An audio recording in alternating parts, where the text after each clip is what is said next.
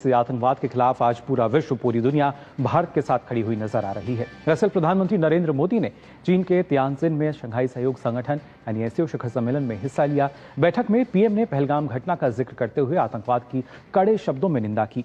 PM ने वैश्विक संस्थानों में सुधारों के लिए एससीओ देशों को साथ आने की अपील भी की। साथ ही प्रधानमंत्री नरेंद्र मोदी ने रूस के राष्ट्रपति व्लादिमीर पुतिन के साथ द्विपक्षीय संबंधों पर बातचीत की।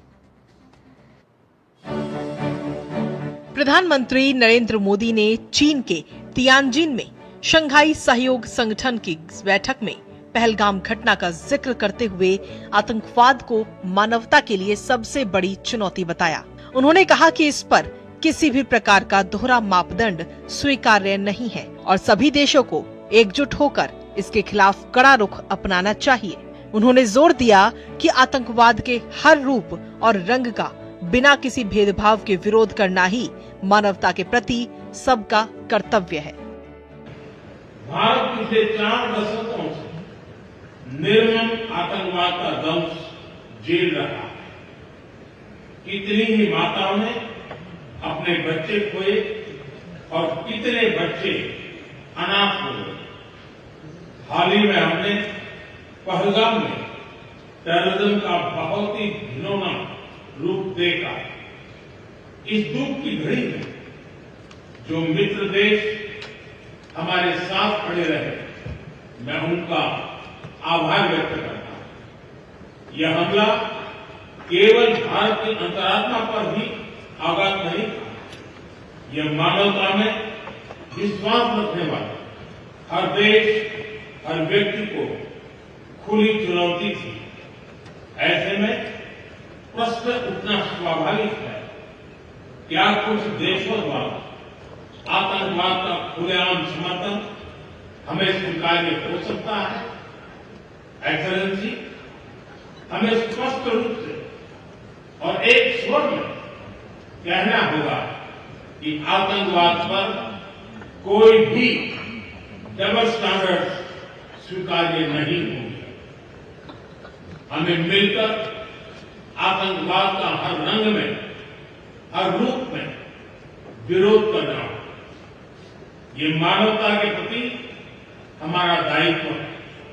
25वें एससीओ शिखर सम्मेलन के पूर्ण सत्र को संबोधित करते हुए प्रधानमंत्री मोदी ने कहा कि भारत ने पिछले 24 वर्षों से एससीओ के भीतर हमेशा सकारात्मक और रचनात्मक भूमिका निभाई है। भारत की नीति सुरक्षा, कनेक्टिविटी और अवसर के 3 स्तंभों पर आधारित है। प्रधानमंत्री नरेंद्र मोदी ने कनेक्टिविटी के हर प्रयास में संप्रभुता और क्षेत्रीय अखंडता का सम्मान किए जाने का भी आह्वान किया।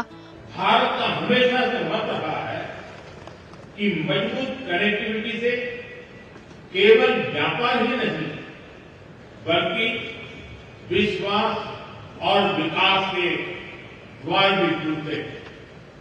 इसी सोच के साथ हम चाबहार पोर्ट और international north south transport corridor जैसे इनिशिएटिव पर काम कर रहे हैं। इनसे हम अफगानिस्तान और मध्य एशिया के साथ संपर्क बढ़ा सकते हैं। हमारा मानना है कि कनेक्टिविटी के हर प्रयास में संप्रभुता और क्षेत्रीय अखंडता का सम्मान होना चाहिए। यही एससीओ चार्टर के मूल सिद्धांतों में भी विदित है। Connectivity that bypasses sovereignty, losing trust and meaning. SCO शिखर सम्मेलन से इतर प्रधानमंत्री नरेंद्र मोदी, चीन के राष्ट्रपति शी जिनपिंग और रूस के राष्ट्रपति व्लादिमीर पुतिन ने एक साथ मंत्रणा की। प्रधानमंत्री नरेंद्र मोदी और रूस के राष्ट्रपति व्लादिमीर पुतिन के बीच द्विपक्षीय बातचीत भी हुई। प्रधानमंत्री नरेंद्र मोदी और रूस के राष्ट्रपति व्लादिमीर पुतिन ने चीन के तियानजिन में अपनी द्विपक्षीय बैठक के लिए एक ही कार में यात्रा की। यूक्रेन में चल रहे संघर्ष के विषय में हम लगातार चर्चा करते रहे हैं। हाल में किए गए शांति के सभी प्रयासों का हम स्वागत करते हैं। हम आशा करते हैं कि सभी पक्ष कंस्ट्रक्टिवली आगे बढ़ेंगे, संघर्ष को जल्द से जल्द खत्म करने और स्थायी शांति स्थापित करने का रास्ता खोजना होगा। ये पूरी मानवता की पुकार है। आदरणीय प्रधानमंत्री जी, प्रिय दोस्त, रूस और भारत के बीच बहुत विश्वसनीय रिश्ते बने हुए हैं।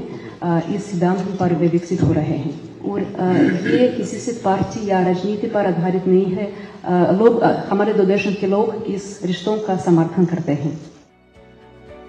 प्रधानमंत्री नरेंद्र मोदी ने वैश्विक संस्थानों में सुधारों के लिए एससीओ के सदस्य देशों के बीच आपसी सहयोग बढ़ाने का आह्वान किया।